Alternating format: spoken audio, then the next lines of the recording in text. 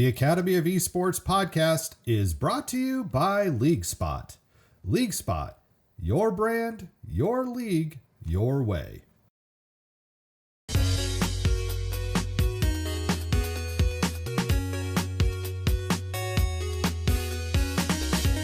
Welcome to the Academy of Esports with James O'Hagan. He's on fire. Boom shakalaka. Welcome to the Academy of Esports podcast. I am your host, James O'Hagan, and now the podcast is powered by LeagueSpot. LeagueSpot, your brand, your league, your way. And with this, I guess we're calling it a new season. I don't know if it's a new season, but the podcast took a little hiatus as I was changing jobs.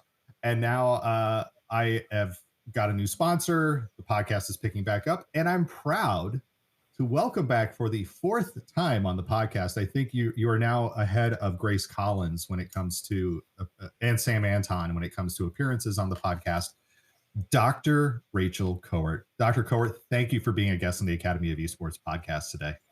Thank you for having me. Excited to be back for the fourth time. And we got to meet recently up at Michigan State. Yes. We did. Where I impressed you with how tall I was. I'm only 5'5". But yeah. Right. But we got to spend some time. It was the first time we had met. I'm sure there's a lot of people right now who are experiencing some of these instances where you connected with these people during the pandemic, and now all of a sudden you're getting to meet. So I think there's going to be several of those instances. People can relate to that. Yeah. And today what we want to talk about and focus on, Dr. Kowert, is specifically around your new research grant that you have been gifted by the department. I shouldn't say gifted. I mean, you worked your tail off and rewarded. Thank you. From the Department of Homeland Security. But before we get into that, we're going to help our audience get to know you a little better with some of the questions. Now, you have answered some of these questions before, so I'm going to make some audible questions here, okay? Because there's a few things we know about you. One, you love Halloween. Number two, you love Hawaiian bread. Number three, if there was ever an actor in the world who you care about, it is Mr. Henry Cavill. Yes. Who is by far, I think, right up there with Christopher Reeve when it comes to the best Superman. Yes. Okay. But so knowing those things, there's also some of the other questions. Now, this one I'm going to ask, but you can't answer your previous question. All right. So What is a game, and it doesn't have to be a video game, that stands out as having been important to you at some point in your life? Cannot be Final Fantasy VI. It's 6. 6 is the one that I talk about a lot. But there's a lot of games that are important in my life. I don't have to always lean on that one, even though it's the best. World of Warcraft, I'm going to say. I played so much World of Warcraft. I was really doing like end level rating, making rating schedules. I was like the head of the resto shamans of my guild. It was, not the best guild on the server, but we were solidly number 2. World of Warcraft. Loved that game. All right. Now, again, totally eccentric, or maybe it's quite traditional. What is your superpower, that thing you do better than most people? Now, I don't remember what you said last time. I don't remember what I said last time. So we'll give you a free one on this one. We'll be able to use it as a repeat for this one. Because I feel like this is what I probably said, because this is what first thing that comes into my mind. I'm really good at multitasking. I think that's what you said last time. I think because I am. I live on my Google Calendar, and I just am really good at getting lots of things done at the same time. I'm with you on the Google Calendar thing. When people say, "Oh, but you didn't do this," it's like, "Well, did you put it on my calendar?" Yeah, right. Yeah, if it's on my calendar, I'm going to do it. Yeah. And I do have to say that calendaring services, I use Undock personally. Those are things that I hate. The emails where it's like, "Well, what time can you meet?" Well, I'm like, "No, here's my calendar. Here's the link. Book us a time, and we're good to go." Yeah. All right. So other than The Witcher, name a Henry Cavill movie or production that everybody should see. The Tudors. Yes. The Tudors. Excellent. The Tudors is amazing. Yeah. And if you don't know where to find that, I think it's on HBO Max. Is it now? I wasn't sure. I think it was like Showtime originally, and there's the other actor who plays the king. I forget his name now, who I really like. Reese. Yes.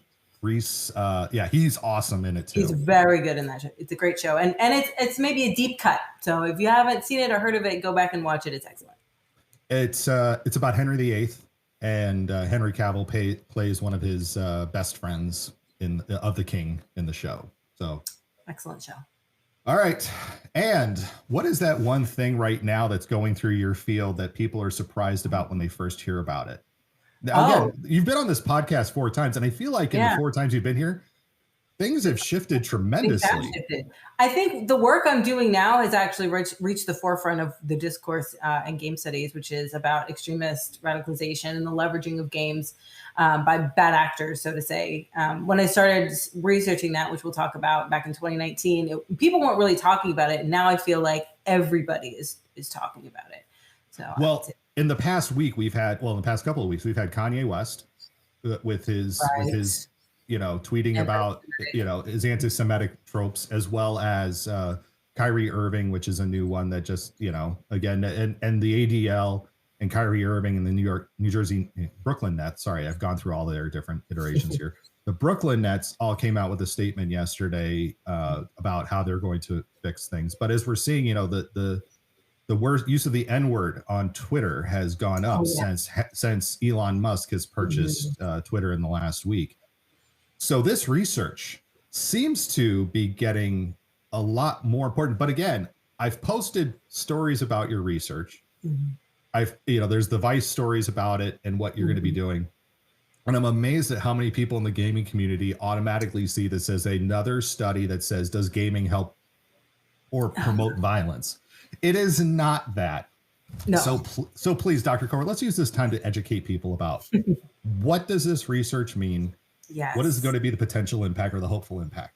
Yes. And I mean, step one, I'm going to start with, don't just read the headline. Headlines are made to be clickbaity. And a lot of that commentary about that people see the headline and they assume that I am someone that's on a soapbox with a pitchfork being like, games are the worst. Like, that is absolutely not who I am, have ever been, who I am today. So always click the link and read the article. But my work is looking at extremist radicalization in gaming spaces. I have long studied the mental health impact of games. My entire first eight years of my career was looking at the benefits of games and the positive outcomes, social and educational. But in 2019, I read an Anti-Defamation League report on hate and harassment in games, and it said 1 in 4 people have been exposed to white supremacist ideology in game.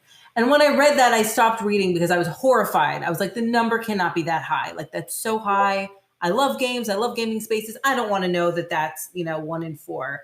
And I reached out to my contacts at the ADL and I was like, you did your numbers wrong. And they were like, no, we didn't. And I was like, okay. And so I started looking into it and people weren't really talking about it. It wasn't research that was happening. People weren't having those discussions. And so that's when I pivoted my work into looking at what is the state of hate and harassment in games and how is this related potentially to extremist radicalization and propaganda dissemination and recruitment and mobilization and kind of that whole ecosystem. So my work with the Department of Homeland Security, the grant was awarded this year. It's me at Take This. It's Alex Newhouse leading the efforts at Middlebury Institute and also in collaboration with Logically AI. The general goal is to determine the landscape of the problem, the prevalence of the problem within games as compared to other spaces that exist on the internet, but also to develop tools and workshops, industry-focused tools and workshops, so the industry can universally better mitigate the problem within their gaming spaces. And I think it's important to hit on that point in particular, because it's not saying that there aren't companies that are attempting or trying to mitigate these issues within their gaming spheres. The problem is the inconsistency. There is no, they're kind of like guessing as to what is going to be the way to handle the problem. Yeah, you're right. Some companies are talking about it. Some companies aren't talking about it at all. Some companies do it well-ish. Some not so much. And we're not going to make you call them out, so don't. No, I won't, because they're kindly. Most people are open to this conversation. I say kindly. Oh, delivery. They're leaving. Okay, they're not waiting for a signature. I say kindly, but it's not really kind. I feel like it's socially irresponsible to not have these discussions and try to mitigate these problems within your spaces, because it is a huge problem. It's a small but very impactful issue. You mean socially irresponsible? I think it's socially irresponsible to not have these discussions and be on board. But the thing about the industry is, for good or bad, no matter what, if they're developing a new UI or if they're developing a new game mechanic, like these things are always proprietary. So just like with trying to better combat hate, harassment, extremism, whatever it is in their community, whatever solutions they devise stay within the walls of their institution. So what we're doing with the Department of Homeland Security is like, okay, let's create something that's publicly funded so you can all just universally have it and use it and avoid this problem of like someone's doing it and somebody's not. Well, I know too, I was in Chicago last week for a meeting about the My Shy, My Future initiative, which is a citywide initiative based around mental health, but also around getting young people involved in their communities. They're looking at the 15 highest poverty, highest crime areas in the city of Chicago. And something that struck me, kind of similar, I guess, to your ADL report that you're talking about. One of the gentleman who was speaking was from a group called The Base, which works in Garfield Park, which is they just had another horrible shooting there just the other day where I think 14 people were shot, 3 of them children in the same area. But he talked about the work that he's doing. He has to out hustle the drug dealers and he has to out hustle the gang members. So I think people hear white supremacy, they think, oh, that's the problem. But do a simple Google search and you'll find that drug dealers and gang members are also recruiting in these spaces. They are using games as the intrinsic hook of play to recruit some of these kids into some of these spaces. So I hope that when people look at this research, they don't just think this is just a white supremacy thing. This is as you said, these are tools that are going to hopefully help everybody in the sphere. Yes, and it's not just one flavor of hate. It's all, I talk a lot about white nationalism because that is the flavor of the day, for lack of a better phrase to say it. But certainly in any space where hate occurs, you see all forms, LGBTQIA, hate directed anti-Semitism, white nationalism, jihadism, like all of it. It's all there. So when we're looking at the outcomes, the hopeful outcomes, again, we're talking about not just the tools, but again, it's getting the industry to come together and say, yes, we are going to use this. When we're looking at, I guess, how this is going to be accomplished, I heard you say the word AI. There's an AI company involved in this. How? And again, the power of AI, I've heard people talk, there's goods and bads. There's the perception or the belief or the real sense that AI can be, depending on how it's programmed, can be very racist in a lot of its, using use of data and crunching of that.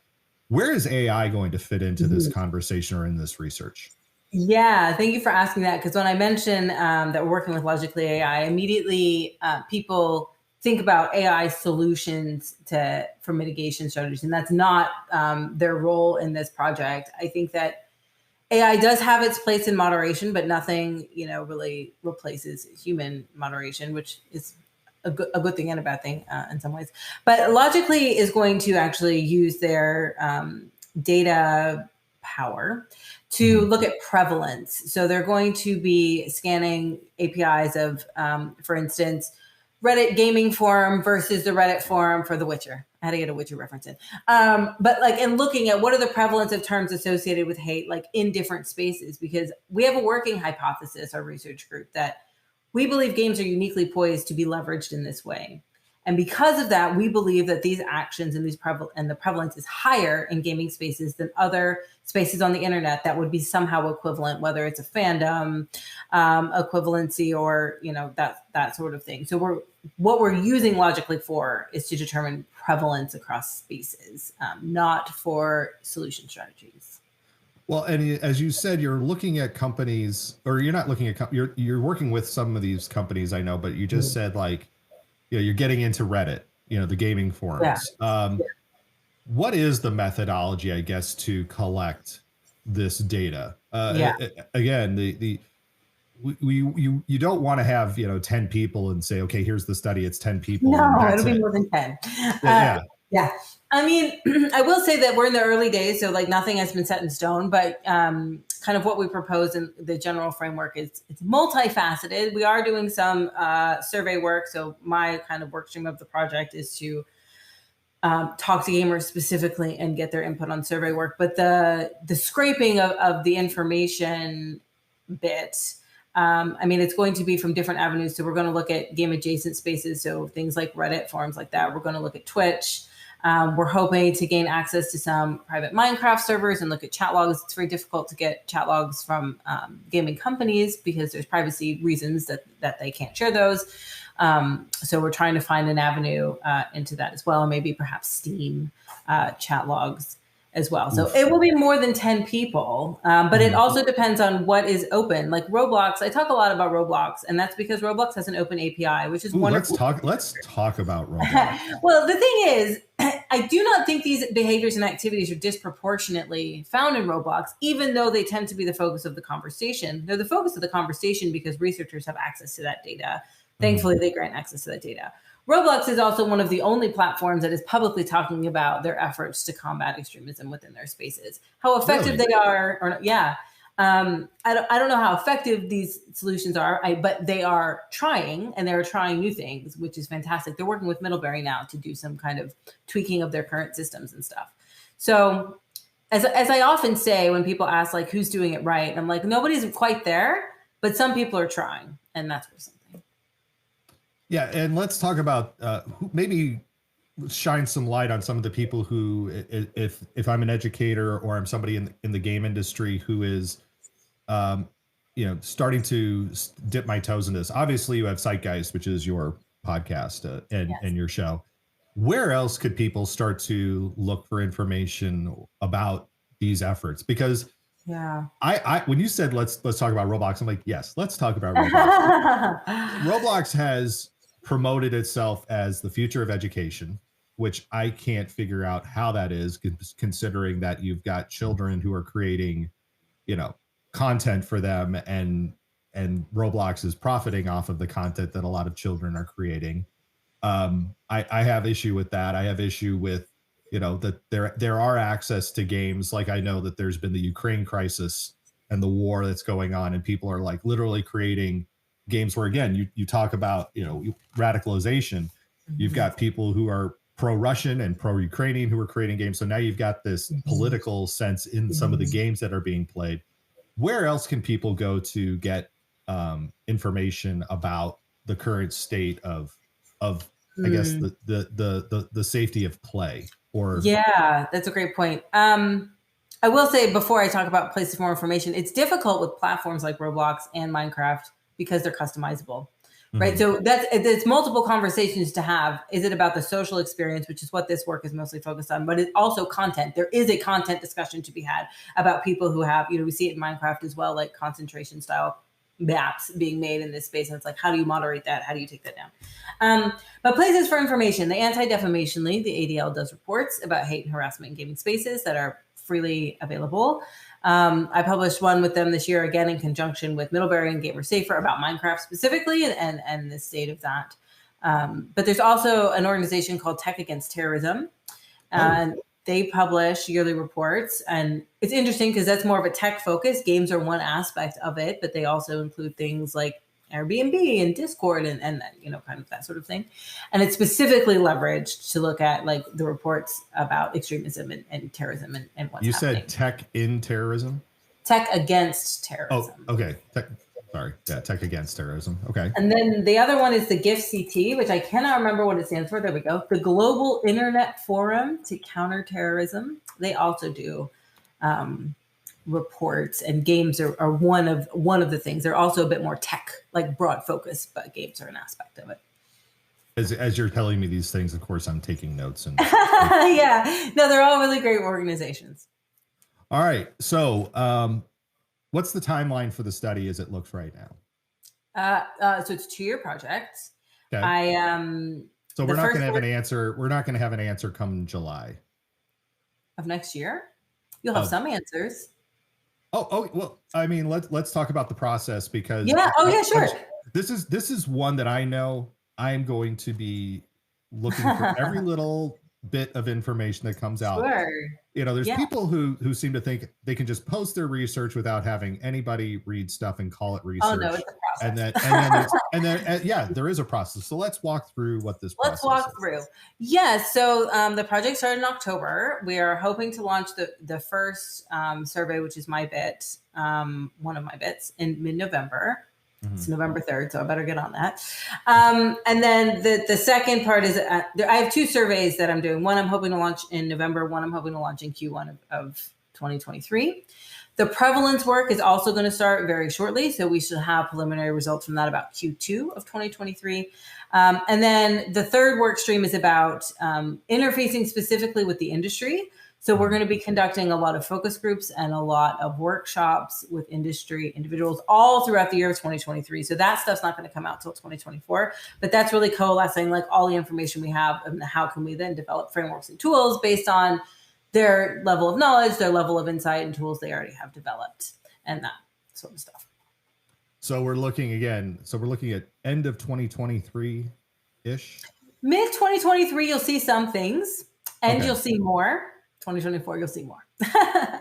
And 2024, and then of course it goes before, a peer review process. Absolutely, all of it will be like my work is going to be published in scientific journals and articles. Obviously, we will also do some outreach with press, or there'll be some content on Zeitgeist that's a bit more digestible and relatable. And then I believe that we are also contractually obligated to create some kinds of reports. I'm not sure exactly where that lies, but it'll be out there.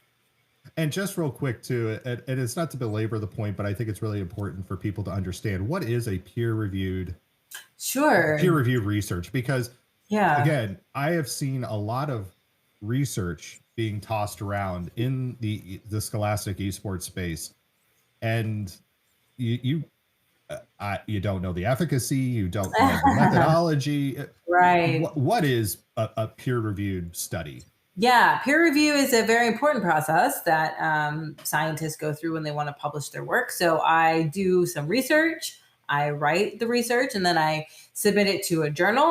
My last paper was published in Frontiers in Psychology. It's a great journal because it's open access. So if it's published there, it's free to read. So I submit it and they say, okay, this meets our standards, word count, topically related. And then they send it to two other experts in the field. It's randomly assigned. It's a service to the profession. They do not get paid to review it. We do this, it's voluntary labor.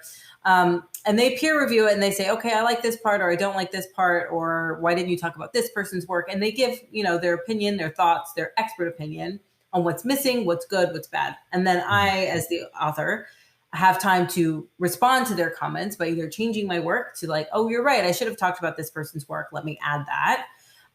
Or I can, obviously argue back and be like, I don't like that, I think you're wrong. It doesn't happen too often, but sometimes. And then the reviewers either say this is sufficient or it's not. And if I've addressed the comments and they think this is sufficient, then it gets published. But it's always at least two, and there's always a back and forth. So you can't just write something and publish it as it is. And then it goes through like copy editing to make sure there's no typos and all that kind of stuff as well.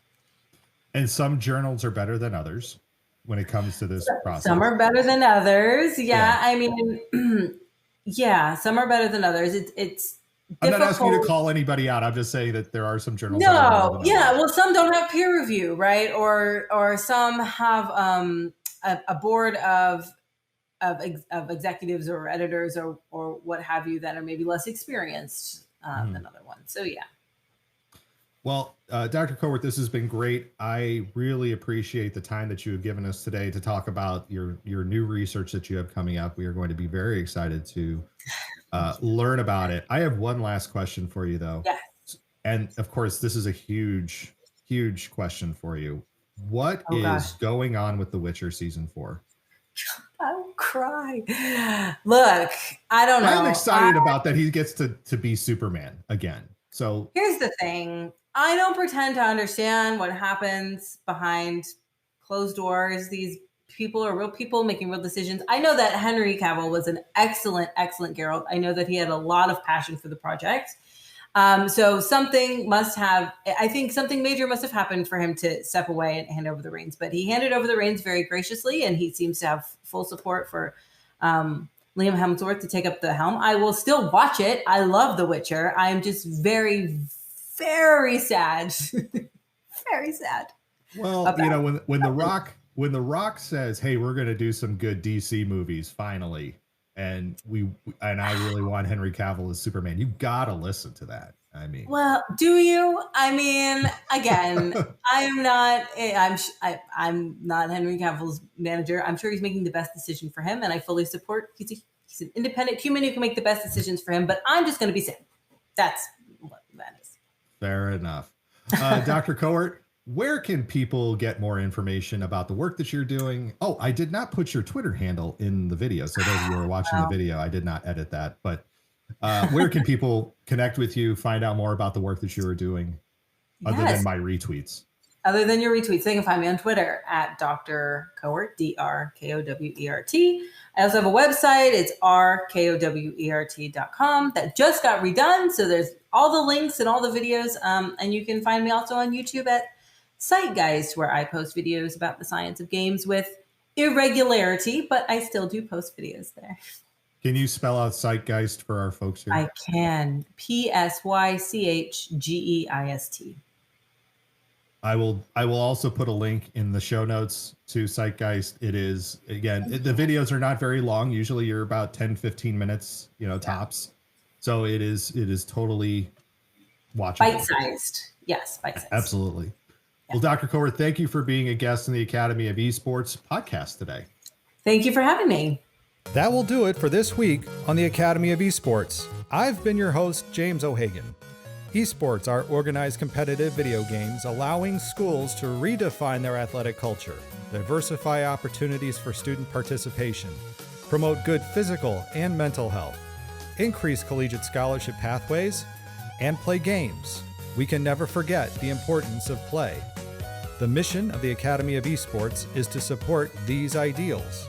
The vision of the Academy of Esports is for all students to experience the fun and joy of playing competitive video games. You may follow me on Twitter at Jim O'Hagan. That's at JimOhhagan,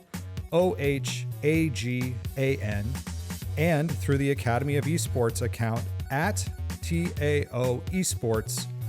It's a great way to get the latest blog posts, podcast episodes, and news coming out of esports and education. And remember, you can continue your engagement by going to www.taoesports.com.